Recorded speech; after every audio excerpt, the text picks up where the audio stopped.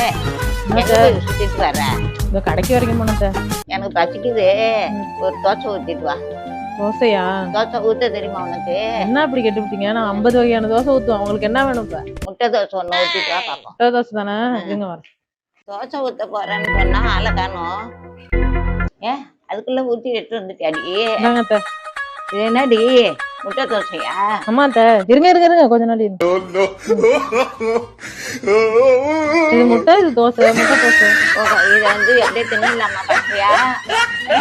அது ஏண்டி பொடி முட்டையை உடச்சி ஊற்றி தோசை ஊற்றிடுவான்னா முட்டையும் தோசையும் கொண்டாந்து கொடுக்குறேன். இங்க பாரு, என் மருமக முட்டை தோசை கேட்டா ஒரு முட்டையும் தோசையும் கொண்டாந்து கொடுத்துருக்கா. நீனே பாரு, உனக்கு இப்படி தெரியுமா முட்டை தோசை ஊத்த?